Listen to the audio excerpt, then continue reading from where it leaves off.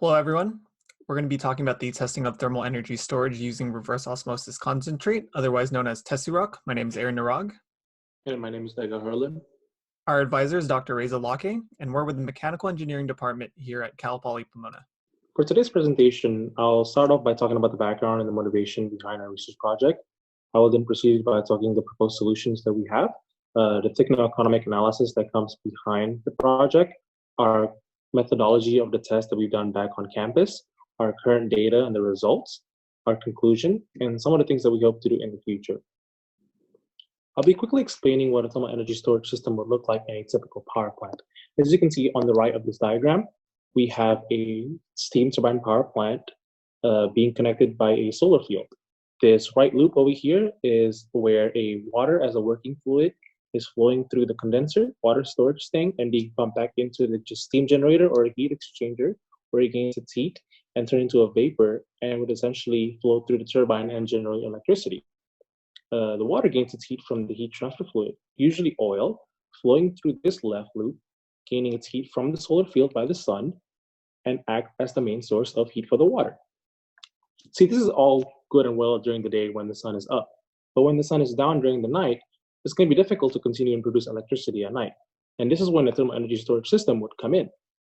During the day, especially during off-peak hours, some of the heat that is generated by the sun is being stored into the thermal storage container, where a thermal storage medium, usually molten salt liquid, will get heated up, and at night, when the sun is not up, will be used as the main source of heat for the power plant. The main motivation behind our research project is the Sunshine Initiative. This was a goal released by the U.S. Department of Energy to reduce the cost of concentrating solar panel to about 5 cents per kilowatt hour by 2030 for electricity generation and $15 per kilowatt hour for thermal energy storage. Because our project research only mainly focused on thermal energy storage, the $15 per kilowatt hour will be the main focus and the number that we were going to try to shoot for. So from the first slide, Aaron mentioned something about reverse osmosis concentrate. What is this? This is a substance that is created through the reverse osmosis system, a process where feed water or contaminated water is being pushed through a semi-permeable membrane where additives or contaminant is removed from this feed water, and pure water is created and recycled back to the community. There is another substance that is created through this process known as the concentrated brine, also known as the reverse osmosis concentrate. This is a hazardous chemical for the environment and difficult to dispose. Some common method of disposing this is through surface water discharge or deep well injection, both, again, which is bad for the environment. There's a third harmless method, however, known as the salt extraction, the method that we will be using for our project. And so we have our proposed solution, thermal energy storage system using reverse osmosis concentrate. The idea is that through the method of salt extraction, we will extract salt from the reverse osmosis concentrate and use that as a thermal storage medium within this thermal storage container that I previously showed. We hope that with the solution, we will solve two important problems: getting rid of harmful disposal of reverse osmosis concentrate and cost thermal energy storage system, which we'll hope to reduce. One of the very first thing we did is determining what kind of cost that might come for our particular solution.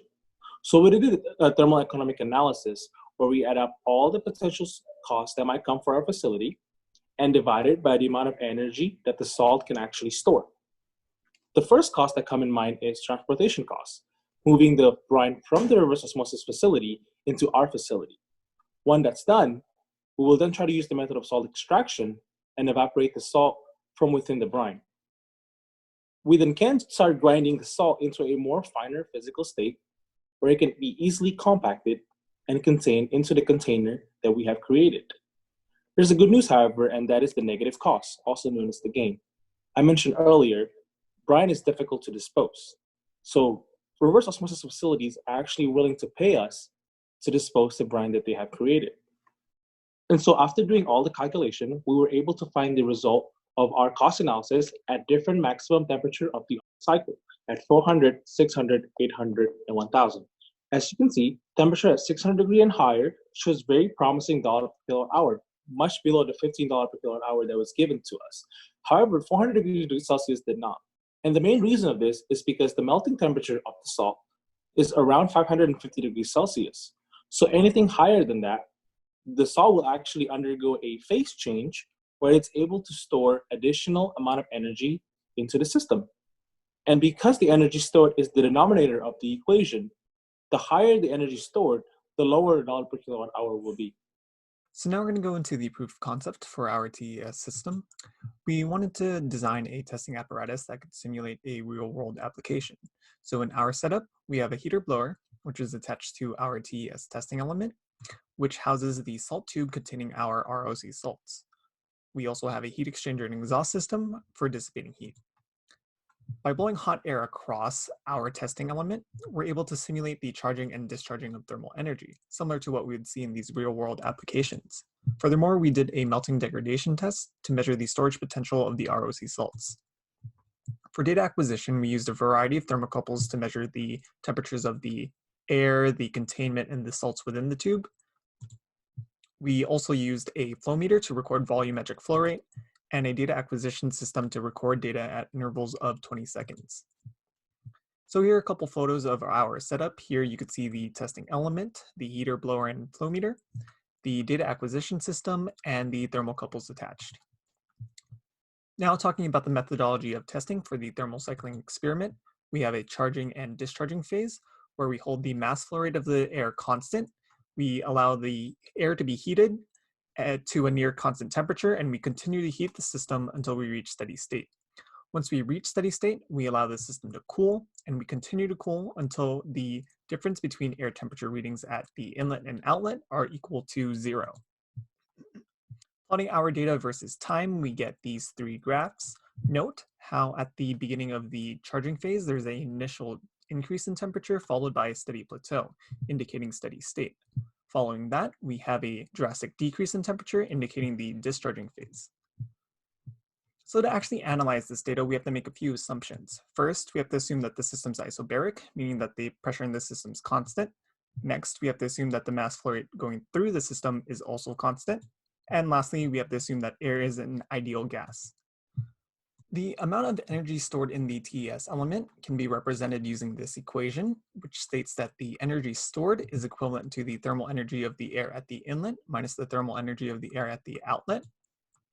Furthermore, we can split the experiment into the charging and discharging phase, and by using the simplified equation for steady flow thermal energy and the ideal gas law, we end up with these two equations. Using our temperature data from the experiment, we end up with the heat transfer versus time graph. Note how we exclude this middle portion from our analysis. That's because at this point in our experiment, we reach steady state, meaning that any additional heat input into the system results in immediate rejection of heat into the environment, so we exclude it. Using our equation from before, we take the area underneath the charging phase to find that the energy stored is 114 megajoules, and doing the same for the discharging phase, we find that the energy discharged is 48 megajoules. Plugging in both these values into our efficiency equation, we find that the energy storage efficiency is 42%. Lastly, we want to mention the salt degradation test that we conducted. These were done to see whether or not the ROC salts were melting at a consistent temperature.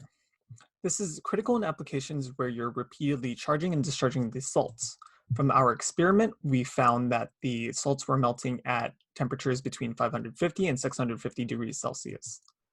So in conclusion, ROC salts are a very promising solution for thermal energy storage.